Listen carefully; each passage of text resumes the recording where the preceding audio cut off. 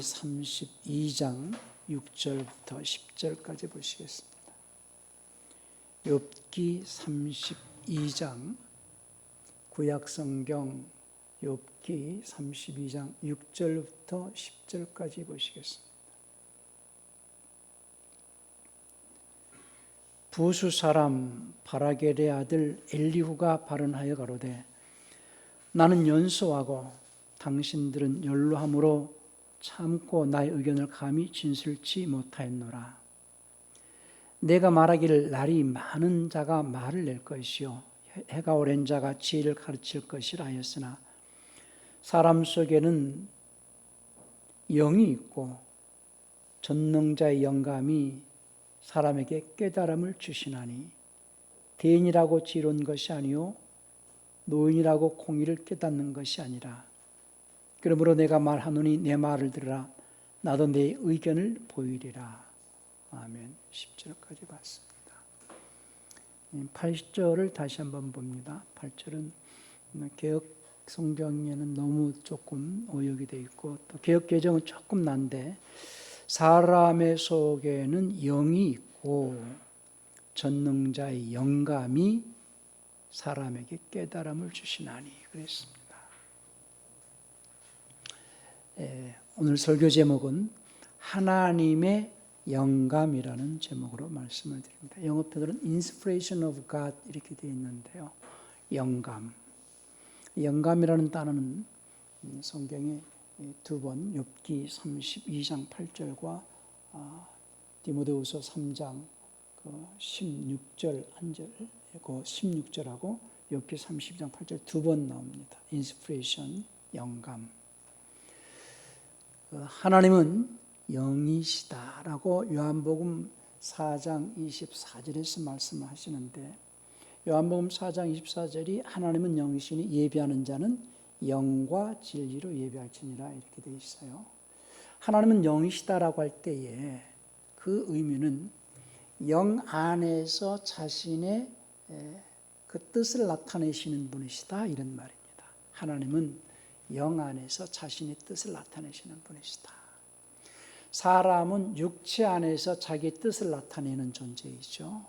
그 물질을 가지고 육체라는 물질 안에서 자신의 뜻을 나타내시는 분이 뜻을 나타내는 자가 사람이라면은 하나님은 물질이 아닌 영 안에서 자신의 뜻을 나타내시는 분이시다라고 해서 하나님은 영이시다 이렇게 얘기를 합니다. 그래서 영이라는 것은 손으로 잡혀지지 않고 눈으로 보이지 않고 그래서 비물질 형상이 없고 물질이 아니라는 거죠.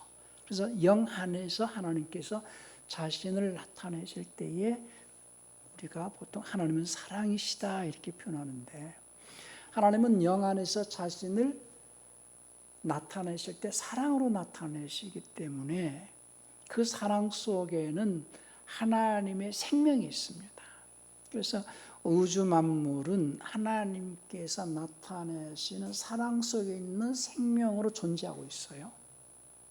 그래서 우주가 지금도 살아있고 지구도 살아있고 생물체들이 살아있죠. 그 하나님의 사랑 안에 있기 때문에 그래서 하나님께서 자신을 영 안에서 나타내실 때 사랑으로 나타내시고 또 그 사랑 속에 생명으로 나타내시면서 그 하나님의 속성과 성품을 이렇게 나타내 보여주는 것을 우리는 자연계시 이렇게 말합니다. 일반계시, 자연계시. 그래서 하나님의 생명을 공급받고 있는 모든 피조물들은 살아서 하나님의 그 속성을 나타내고 있어요. 나무든 풀이든 꽃이든 그래서 모든 우주라든지 그래서 하나님의 그 장엄하시고 우아하시고 위대하시고 하나님의 섬세하신 그 하나님의 속성을 모든 피조물들이 나타내고 있다. 그래서 피조물들을 통하여서 하나님께서 자신의 속성을 나타내실 때를 우리는 자연계시 또는 일반계시 이렇게 말을 합니다. 그런데 하나님께서 그냥 자신의 어떤 성품만을 나타내시지 아니하고 자신의 그 생각을 분명하게 나타내시고 자신의 어떤 그 마음과 자신의 생각과 자신의 어떤 그 계획을 분명하게 드러내시고자 하나님께서는 이제 사람을 만드셨어요. 그래서 사람을 통하여서 하나님의 그 계획을 나타내셔서 그 계획을 성취해 나가시려고, 그래서 하나님께서 하나님 형상과 모양을 따라 사람을 만들었던 것이 창세기 1장 26절이고요. 그래서 그 사람 속에서 하나님의 뜻을 나타낼 수 있도록 삼위 하나님 중에 1위가 되시는 말씀님께서 사람으로 오십니다.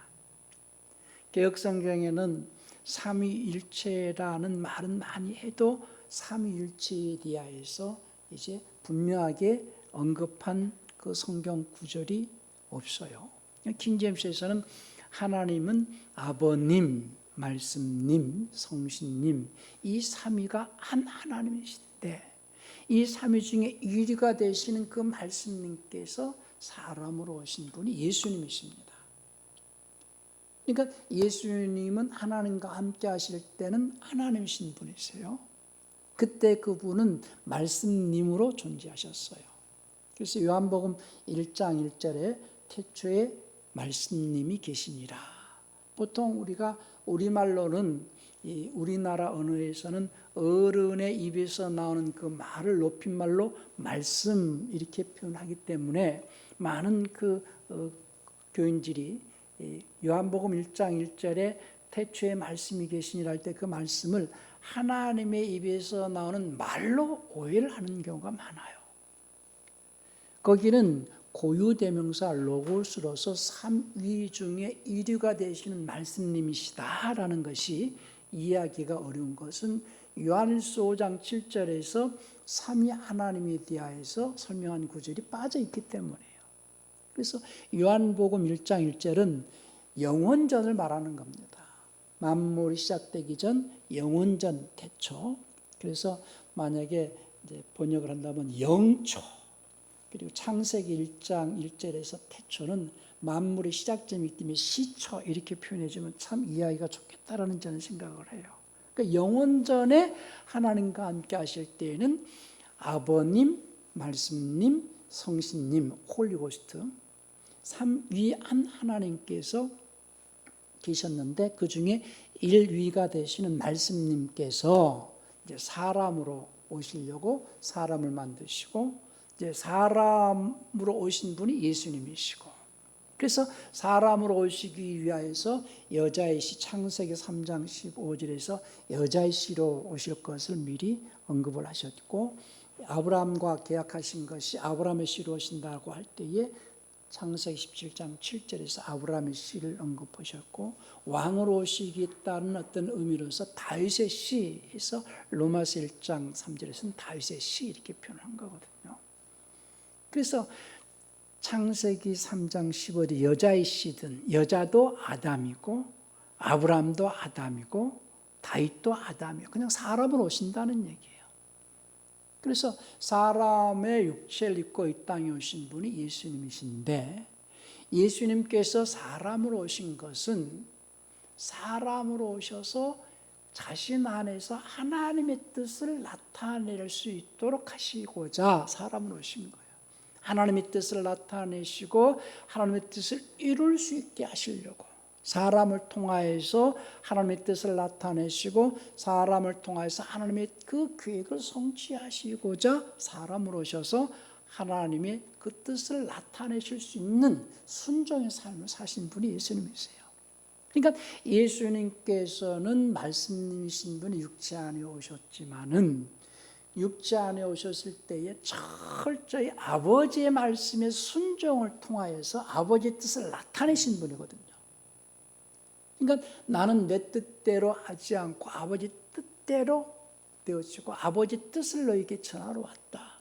그리고 아버지께서 내 안에 계셔서 지금 말씀하시는 것이고 아버지를 나는 보여줬다. 이런 표현을 하신 거거든요.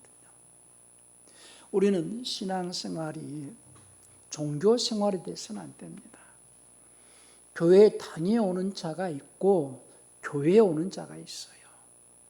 교회에 다녀와가지고 그냥 종교 생활 중에 하나로서 자기가 뭔가 그 종교 생활을 하려고 교회 다녀오는 자가 있고, 교회에 온다는 것은 다른 말로 주님의 몸을 이룬 지체로 살기 위해서 그분의 몸을 지체로서 살고자 오는 것이 교회에 오는 거거든요. 그러면 하나님의 뜻을 아버지의 그 아버지의 뜻을 받아가지고 하나님의 뜻을 나타내신 분이 예수님이시기 때문에, 그러니까 예수님께서 이 땅에 오신 목적이 뭐냐? 아버지의 뜻이 자신 안에서 나타날 수 있도록 하시려고 사람으로 오신 거거든요. 그러니까 유일하게 창세 이후에 최초로 하나님께서 육체 안에서 자신을 나타내 주신 분, 그분이 예수님 안에서 나타내 주신 분이다 그 말이죠. 하나님께서. 그러니까 창세 이후에 유일하게 사람으로 이 땅에 태어나가지고 사람으로서 하나님께서 자신 안에서 하나님을 나타날 수 있도록 해주신 분이 예수님이세요. 그러니까 예수님께서 하나님을 보여주셨다라는 거예요. 이 짧은 시간에 또 제가 또 설교가 길까 걱정이 되는데요.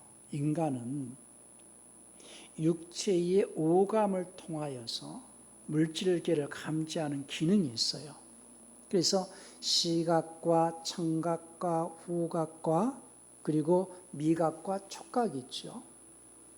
그리고 이 육체 안에서 자신의 혼이 육체 오감을 통해서 감지하지만 또 자신의 혼이 육체를 통하여서 자신을 나타냅니다.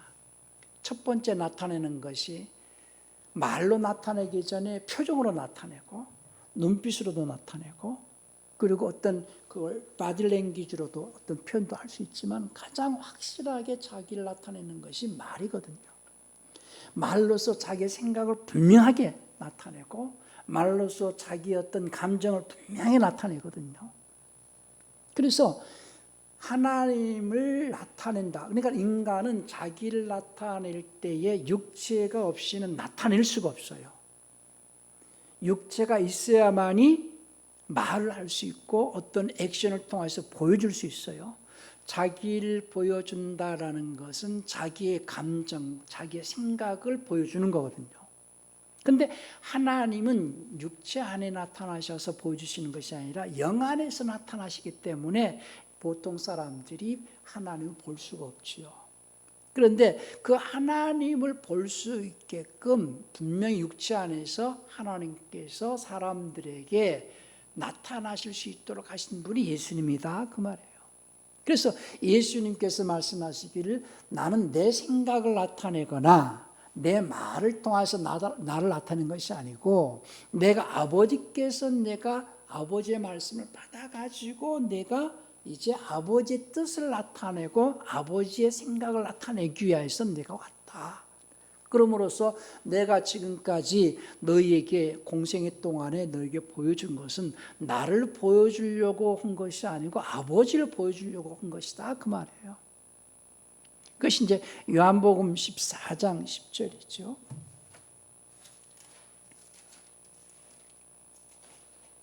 이제 빌립이 이제 예수님께 말하기를 아버지를 보여달라고 하니까 8절부터 한번 봅시다. 빌립이 가로되 주여 아버지를 우리에게 보여주옵소서 그리하면 족하겠나이다. 예수께서 가라사대 빌립아 내가 이렇게 오래 너희와 함께 있으되 내가 나를 알지 못하느냐. 나를 본 자는 아버지를 보았거늘 어찌하여 아버지를 보이라 하느냐. 나는 아버지 안에 있고 아버지는 내 안에 계신 것을 내가 믿지 아니하느냐. 내가 너에게 이런 말이 스스로 하는 것이 아니라 아버지께서 내 안에 계셔 그의 일을 하시는 것이라. 내가 아버지 안에 있고 아버지께서 내 안에 계심을 믿으라. 그렇지 못하겠거든 행하는 그 일을 인하여 나를 믿으라. 이런 말씀하셨어요. 그러니까 아버지께서 내 안에 계시고 내가 아버지 안에 계시고 아버지께서 내 안에 계신다라는 것은 첫째 내가 아버지 안에 있다라는 것은 그분의 말씀 안에 있다는 거예요. 그분의 말씀 안에 있다는 것은 그분의 말씀에 순종하는 삶을 살고 있다는 거예요.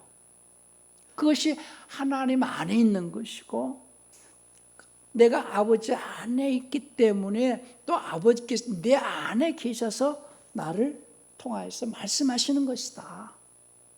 그러니까 하나님은 영 안에서 나타내셨던 하나님께서 이제 사람 안에서 나타나시려고 사람을 주셨고, 사람 안에서 하나님께서 나타나실 수 있도록 하신 분이 하나님의 아들이신 예수님이시다, 그 말이에요. 그러니까 하나님의 아들은 누가 하나님의 아들이냐? 하나님을 나타내 보여줄 수 있는 그가 하나님의 아들이에요. 그러니까 교회당에 오는 것은 이제 교인으로서 하나님을 보려고 뵈려고 온 것이 예배거든요. 그러니까 교회라는 것은 하나님을 뵙기 위해서 오는 것이고 하나님을 만나려고 오는 것이거든요. 식당에 가는 것은 음식을 먹으려고 가고, 목욕탕에 가는 것은 몸을 씻으려고 가는 것과 같이 교회당에 오는 것은 하나님을 뵈려고 온다는 거죠. 그럼 하나님을 뵙는다라는 것은 어떤 의미로서 하나님을 뵙는다, 다른 말 하나님을 만나러 왔다는 거죠. 그럼 하나님을 만나는 것은 어떻게 해야 하나님을 만나는 것이냐? 하나님께서는 메신저를 통해서, 말씀을 전하는 메신저를 통해서 하나님의 생각을 들어보고 그 하나님의 생각이 어떠한 것인가를 깨닫고 그분의 생각을 쫓아서 한 주간 살려는 마음을 가지고 하나님의 말씀을 들으려고 온 거예요. 그것이 하나님을 뵈려고 왔다, 그 말이죠. 그러니까 하나님의 아들은 하나님을 보여주셨던 예수님이시지만은 우리가 하나님의 아들일 뿐 아니라 우리가 모였다라는 것은 예수님의 몸된 교회로서 모인 거거든요.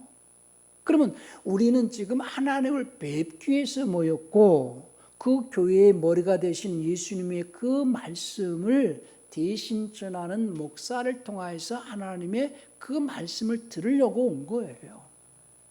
그러니까 우리는요, 하나님을 만나려고 늘 사모하고 하나님을 가까이 하려고 애를 쓰는데, 하나님을 뵙는다라는 것은 이제 말씀을 통하여서 하나님의 말씀을 깨달을 수 있어야 된다는 거예요. 말씀을 깨달을 수 있어야 된다. 그래야 하나님의, 내가 누구를 만나러 갑니다. 큰 권력자든 아니면 큰 기업의 회장을 만나러 가는 것은 육지만 얼굴만 뻔히 보려고 가는 게 아니고 그 사람의 생각을 들어보고 내 생각도 한번 건네보고, 그래서 교감을 하면서 그 사람의 생각을 들어보기 위해서 만나는 거죠.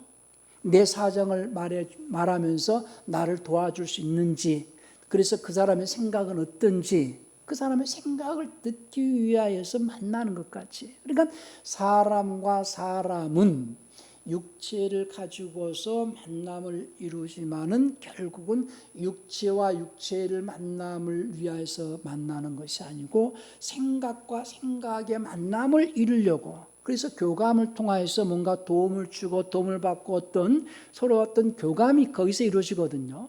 그러면 예배라는 것은 하나님을 뵙고 하나님과 교감이 있어야 된다는 거예요. 그러니까 먼저 설교를 통해서 하나님 말씀을 들을 때에 이게 하나님의 말씀으로 들려지고 하나님의 말씀을 깨달을 수 있어야 된다는 거예요. 그런데 하나님의 말씀을, 예수님께서 육체를 입고 이 땅에 오셔가지고 예수님의 생각을 이렇게 나타내 주는 것은 예수님을 보여주는 거예요. 그런데 예수님은 예수님의 생각을 보여주고 예수님을 보여주려고 오신 것이 아니고, 예수님은 하나님 아버지를 보여주기 위해서 내가 너에게 말하는 것은 내 뜻을 말하는 것이 아니고 아버지 뜻을 내가 너에게 말한다. 아버지 뜻을 말함으로써 아버지를 보여준다, 이 말이거든요. 자, 요한복음 6장에 그런 말씀이 있나요?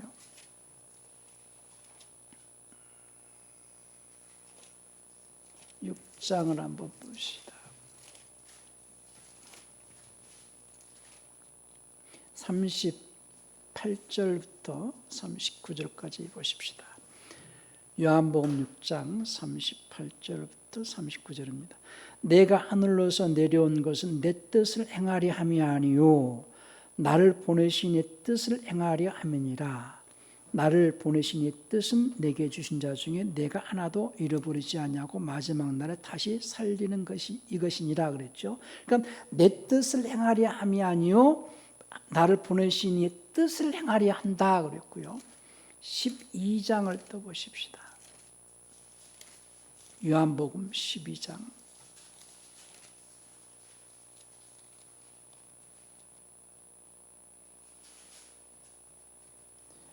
44절부터 보십시다.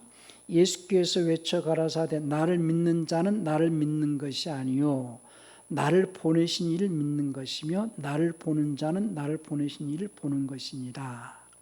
나는 빛으로 세상에 왔나니 물은 나를 믿는 자로 어둠에 거하지 않게 하려 함이로라. 사람이 내 말을 듣고 지키지 아니할지라도 내가 저를 심판하지 아니하노라. 내가 온 것은 세상을 심판하려 함이 아니요 세상을 구원하려 함이로라.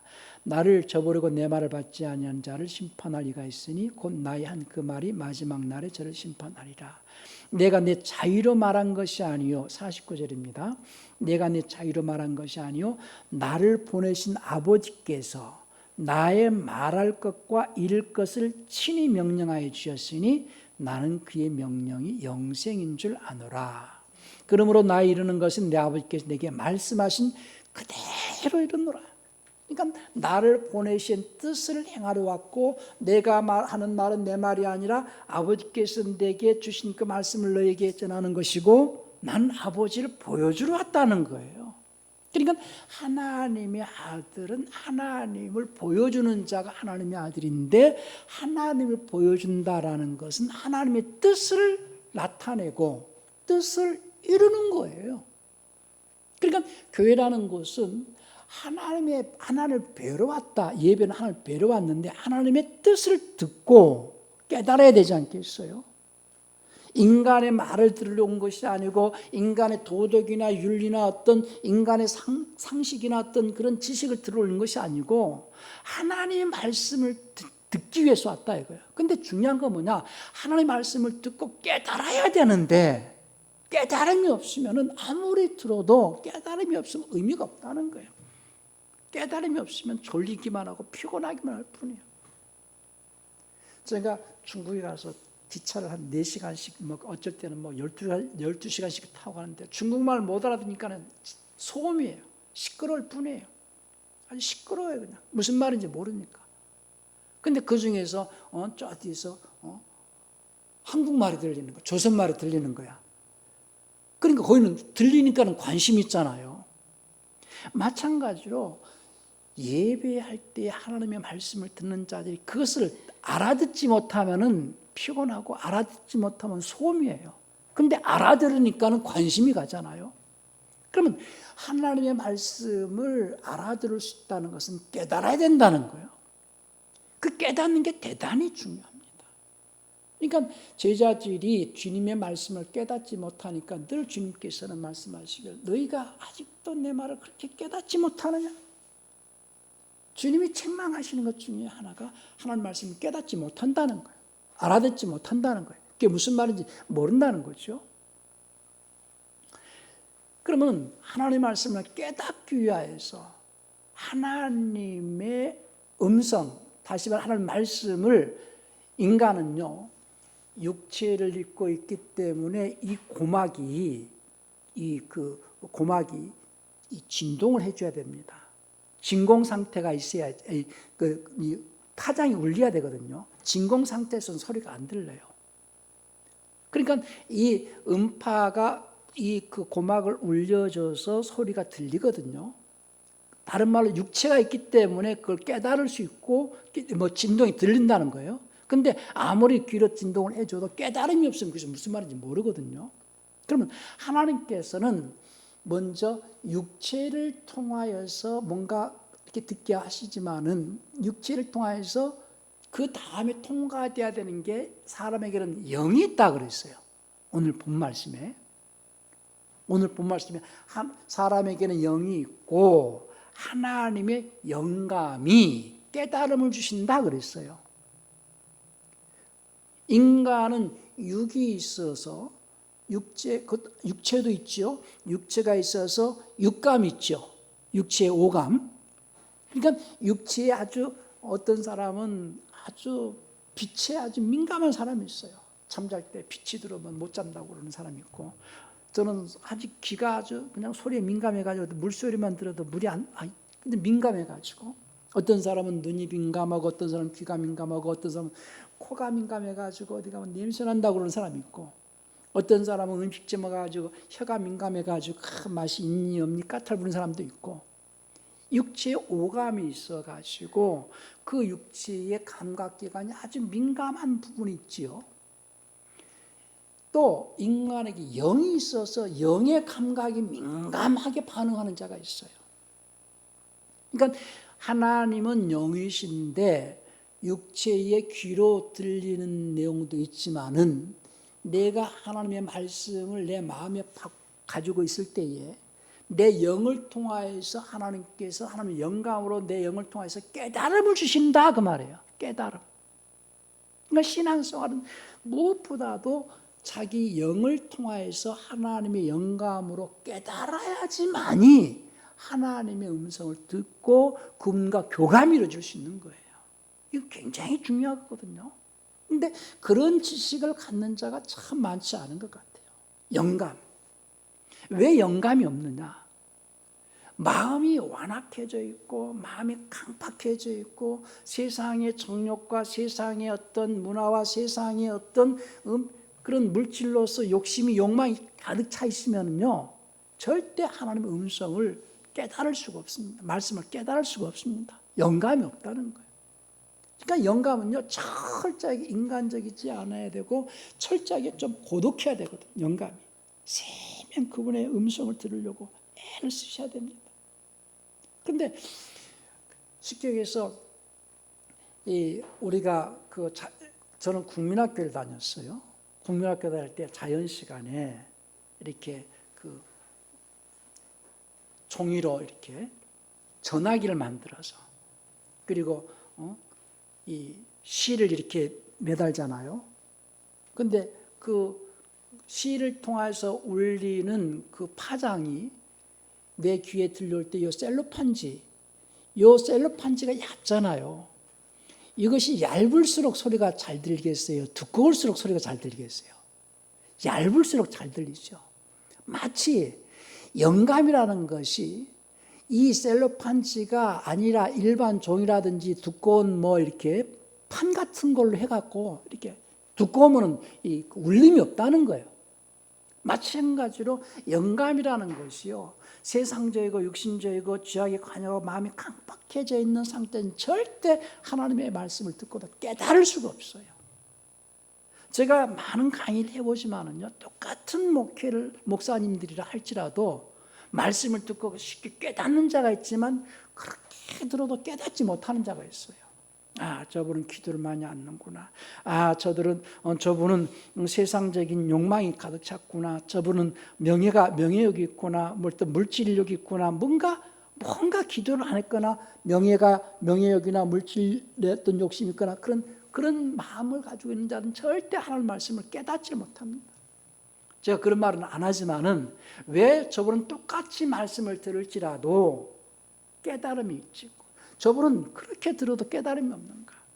기도를 많이 안 했거나 세상에 어떤 정욕적이고 물질적이고 욕망이 많거나 명예욕이든 물질의 어떤 욕심이 있거나 그냥 자기 욕망을 채우기 위해서 목회하려고 하는 분이구나, 그런 생각이 들 때가 있어요. 그러니까 철저하게 신앙은요, 그건 목사만이 그렇게 해야 되는 게 아니라 그리스도인이라면은 자기가 마음을 깨끗하게 하고 청결하게 해야만 주님의 음성을 깨달을 수가 있습니다. 그게 영감이 있다는 거예요. 그래서 마태복음 5장 8절에서도 마음이 청결한 자는 복이 있나니 저가 하나님을 볼 것이며 그랬거든요. 본다라는 것은 하나님을 어떻게 봅니까? 환상을 보고 뭔가 사람들은 어떤 그렇게 얘기를 하지만요, 하나님을 본다라는 것은 하나님 말씀을 깨달을 것이요, 그 말이거든요. 마음이 깨끗한 깨끗한 자라야 하나님의 말씀을 깨달을 수 있다는 거예요. 그러니까는 주님께서요, 요한복음 2장에서인가요? 가나 혼인잔치에 처음 물을 포도주로 만드는 사건이 있죠. 한번 볼까요? 요한복음 2장 1절부터 보십시다. 사흘 되던 날에 갈릴리 가나에 혼인이 있어 예수의 어머니도 거기 계시고 예수와 그 여자들도 혼인의 청함을 받았더니 포도주가 모자란지라. 예수의 어머니가 예수에게 이르되 저희에게 포도주가 없다 하니 예수께서 가라사대 여자여 나와 무슨 상관이 있나이까 내 때가 아직 이르지 못하였나이다. 그 어머니가 아인들에게 이르되 너에게 무슨 말씀을 하시든지 그대로 하라 하니라. 거기에 유대인의 결례를 따라 두세 통 드는 돌 항아리 6이 놓였는지라. 예수께서 저에게 이르시되 항아리에 물을 채우라 하신즉 9가지 채우니 이제는 떠서 연회장에게 갖다 주라 하시매 갖다 주었더니 연회장은 물로 된 포도주를 맛보고 어디서 났는지 알지 못하되 물돈 하인들은 알더라. 연회장이 신랑을 불러 말하되 사람마다 먼저 좋은 포도주를 내고 취한 후에 낮은 것을 내거늘 그들은 지금까지 좋은 포도주를 두었도다 하니라. 그러니까 이게 예수님께서 공생애를 시작하시면서 첫 번째 보여주신 표적이거든요. 그건 뭐냐면 이 표적은요, 예수님의 공생애는 이 표적을 보여주기 위해서 오셨다라는 거예요. 그럼 이 표적은 뭐냐? 6절에서 돌 항아리가 6개가 있다고 그랬어요. 그러니까 돌 항아리 6이라는 숫자는 사망 숫자거든요. 그러니까 이 돌 항아리 같은 이 사망 가운데 있는 육체 덩어리를 육체 안에 있는 자기의 생각을 깨끗하게 비워야 된다는 거예요. 비워야. 그 항아리가 비워져 있는 상태에서 물을 부었겠어요? 아니면은 물이 찬 상태에서 물을 부었겠어요? 비워져 있기 때문에 부으라는 거거든요. 그러니까 신앙생활은요, 날마다 자기 생각을 비우는 거예요. 사망 가운데 육체 덩어리 앉는 자기의 생각을 깨끗하게 비워야만이 그 물은 하나님의 말씀을 의미하잖아요. 하나님의 말씀을 가득 부어가지고 어디까지? 아구까지 부으라는 거예요. 가득 부으라는 거예요. 그러니까 누가 그 비운 만큼 많이 채울 수 있거든요. 자기 것이 절반이 채워져 있으면은 절반밖에 채울 수가 없죠. 그러니까 늘 깨끗하게 비우라는 거예요. 항상 하나님의 말씀을 들을 때는 자기 생각을 깨끗하게 비워가지고 하나님의 말씀을 가득 채우라는 거예요. 그 가득 채워준 그 하나님의 말씀을 이제 떠서 주라는 거죠. 떠서 주라는 것은 이제 순수하게 내 생각이 아니라 하나님의 생각을 나타내 주라는 거예요. 하나님의 생각을 나타내 줌으로써 그 물을 마시는 자들이 물로 먹지 않고 그냥 맛있는 포도주를 먹듯이 하나님의 생각을 자꾸 나타내 줌으로써 하나님의 살아계신 그 이적을 맛본다는 거예요. 그걸 나타내 주는 것이 예수님의 공생이었고 하나님의 아들의 삶이었고, 그러니까 신앙생활은요, 내 자신을 깨끗하게 비워서 말씀으로 채워서 하나님의 뜻을 나타낼 수 있어야 되는데 늘 우리는 자기 생각이 복잡해요. 자기 욕망이 있고 자기 어떤 자기 꿈이 항상 많이 있어요. 그러니까 자기 꿈, 자기 욕망, 자기 생각을 깨끗하게 비워졌을 때에 말씀이 채워지고 그 말씀을 자꾸 나타내려고 애를 쓸 때에 하나님께서는 역사하신다는 거거든요. 그러니까 오늘 우리가 늘 하나님의 말씀을 들을 때 먼저는 자기 생각을 비우셔야 됩니다. 그리고 말씀을 잘 듣고 깨달으려고. 그러니까 지금 우리 생각에는 항상 세상적인 걱정이 많죠. 당장 이번 주에 내가 어떻게 무슨 일을 할까, 사업이 잘 될까, 장사가 잘 될까, 내가 어떻게 돈을 벌까, 세상적인 생각을 갖다 다 비워야지 된다는 거예요. 모든 것을 그분께 딱 내려놓고 그분의 생각을 내가 받아가지고 그분의 생각을 자꾸 나타낼 수 있으려면은 먼저 내가 내 마음을 비우고 말씀을 듣고 이제는 그 말씀을 깨달으려고 애를 쓸 때에 하나님께서 깨달음을 주시는데 누가 잘 깨달을 수 있느냐? 영감이 있어야 된다는 거죠. 그러니까 사람 속에는 영이 있고 하나님의 영감이 깨달음을 주신다. 그래서 뭔가 깨달았을 때에 그 깨달은 말씀을 쫓아서 행동을 나타낼 때 이적이 나타나거든요. 하나님을 경험할 수 있거든요. 능력을 맛볼 수 있거든요. 그래서 오늘 말씀이 참 중요한 것은 항상 영감 있게끔 조금 사람들에게 인정받고 사람들의 관심을 끌기보다는 하나님의 관심을 끌면서 하나님의 음성을 듣고 깨달으려고 애를 쓰려고 조금 고독할지라도 세상적인 욕망을 조금 내려놓고 자기의 생각을 내려놓고 하나님의 생각을 내가 깨달으려고 애를 쓰라는 거예요. 기도를 통하여서. 그러니까 늘 자기를 비우고 자기를 깨끗하게 해서 늘 하나님의 생각이 무엇인가, 하나님의 뜻이 무엇인가 깨달을 애를 쓸 때 하나님은 깨달음을 주신다. 그러니까 디모데후서 2장 20절부터 21절의 말씀에서도 큰 집에는 금그릇도 있고 은그릇도 있고 질그릇도 있고 나무 그릇도 있는데 이러한 것에서 자기 자신을 깨끗하게 한 자는 주님이 쓰시기에 귀한 그릇 된다는 거예요. 우리 디모데후서도 한번 볼까요? 디모데후서 2장 20절부터 21절 보십시다. 큰 집에는 금과 은의 그릇이 있을 뿐 아니요 나무와 질그릇도 있어 귀히 쓰는 것도 있고 천히 쓰는 것도 있나니 그러므로 누구든지 이런 것에서 자기를 깨끗하게 하면 귀히 쓰는 그릇이 되어 거룩하고 주인의 쓰심에 합당하며 모든 선한 일에 예비함이 되리라. 금그릇을 귀한 그릇이라고 말하지 않습니다. 은그릇을 귀한 것으로 말하지 않습니다. 깨끗한 그릇. 그러니까 깨끗한 그릇은 어떤 그릇이냐? 자기를 깨끗이 비운 그릇이에요. 돌 항아리가 비워져 있듯이 비워진 돌 항아리를 쓰셨잖아요. 우리가 식사를 하고 난 다음에 늘 설거지를 합니다. 아무리 금으로 만든 그릇이라 할지라도 음식물을 먹고 난 다음에 깨끗하게 씻겨져 있지 않으면 금으로 만든 그릇이라 할지라도 쓸 수가 없잖아요. 그러나 질그릇이라 할지라도 그 안이 깨끗하게 씻겨져 있다면 쓸 수가 있거든요. 하나님은 금그릇을 쓰시지 않고 질그릇을 안 쓰신다는 게 아니라 깨끗한 그릇을 쓰시겠다는 거예요. 늘 마음을 깨끗하게 하고 자기 생각을 깨끗하게 비워서 하나님의 말씀으로 채워가지고 있을 때에 하나님의 말씀을 늘 많이 들으세요. 늘 읽고 늘 듣고 그래서 늘 생활 속에 묵상하시면서 마음을 깨끗하게 하나님께서 영감을 통해서 깨달음을 주십니다. 그 깨달음을 통해서 지혜를 얻기도 하고 깨달음을 통해서 자기 문제를 해결할 수 있는 지식을 얻기도 하고 합니다.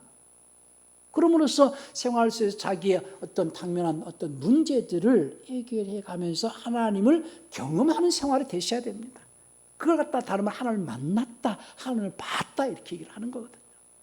신앙생활은 종교생활로 취미생활로 교회당만 왔다 갔다 하는 생활이 아니라 생활 속에서 하나님의 살아계심을 경험하면서 자기의 어떤 삶의 문제를 갖다가 해결도 하고 자기 삶의 문제 속에서 당면한 문제 속에서 하나님께서 함께 하심으로써 역사하신 그 경험을 할 수 있어야 된다는 거예요.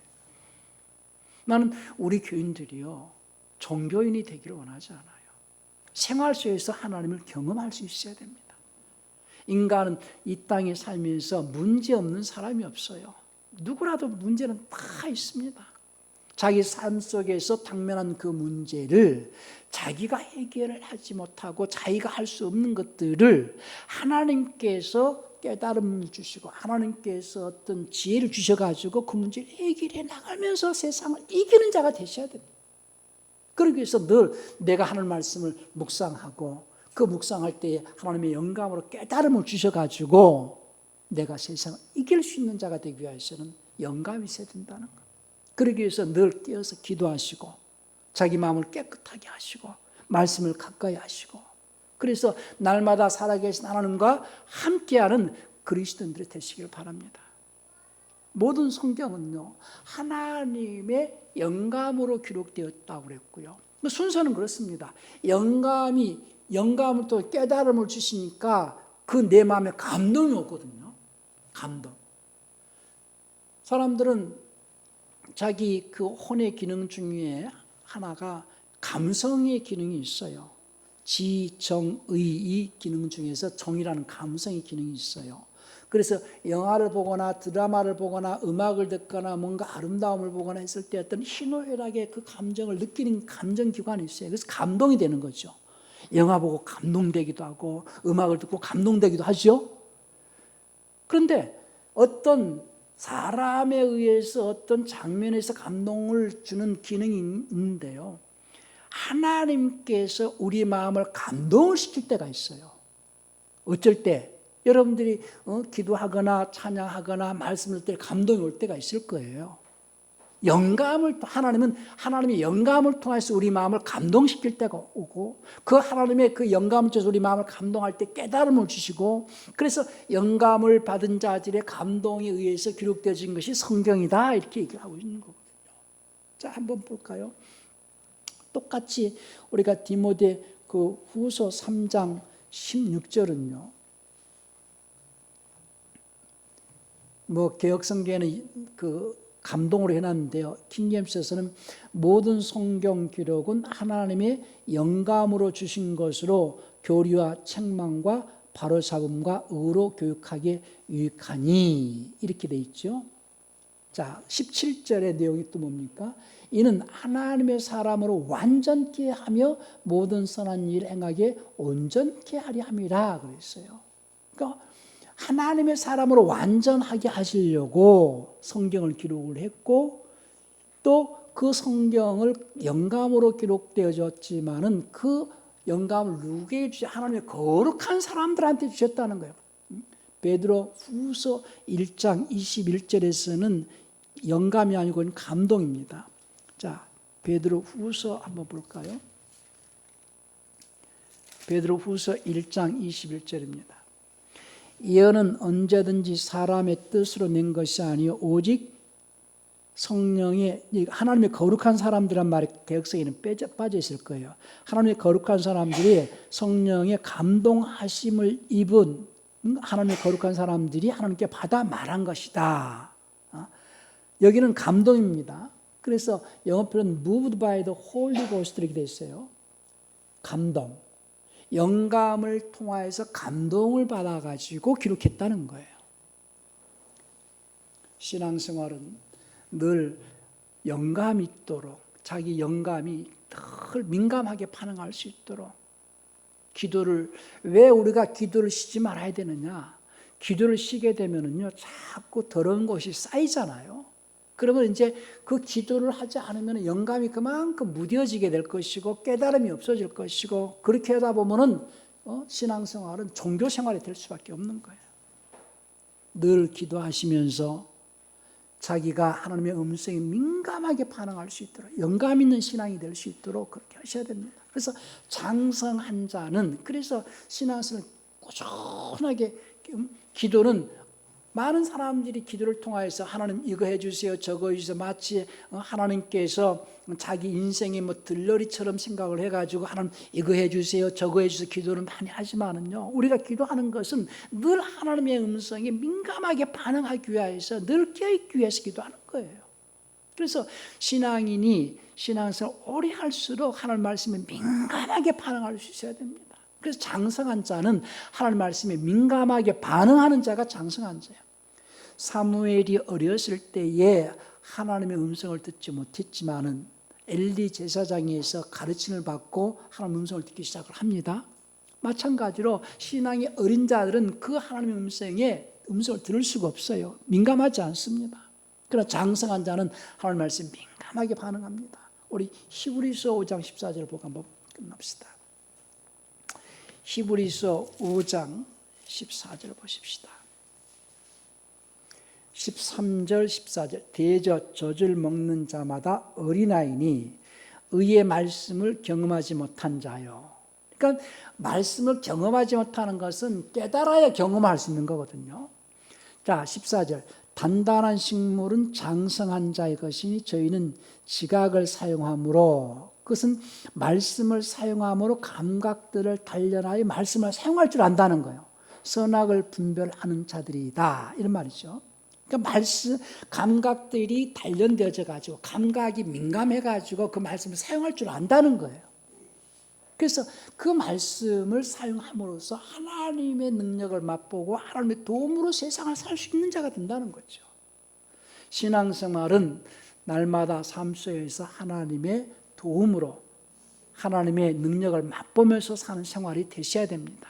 그러기 위해서 우리는 항상 영감이 흐려지지 않도록 하시고 늘 깨어서 하나님의 영감, 하나님 말씀에 민감할 수 있는 그런 영감 있는 신앙인들이 되시길 바랍니다.